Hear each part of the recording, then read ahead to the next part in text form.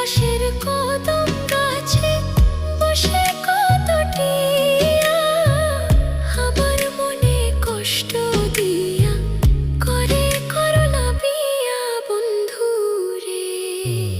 কি অপরাধ পাইয়া রে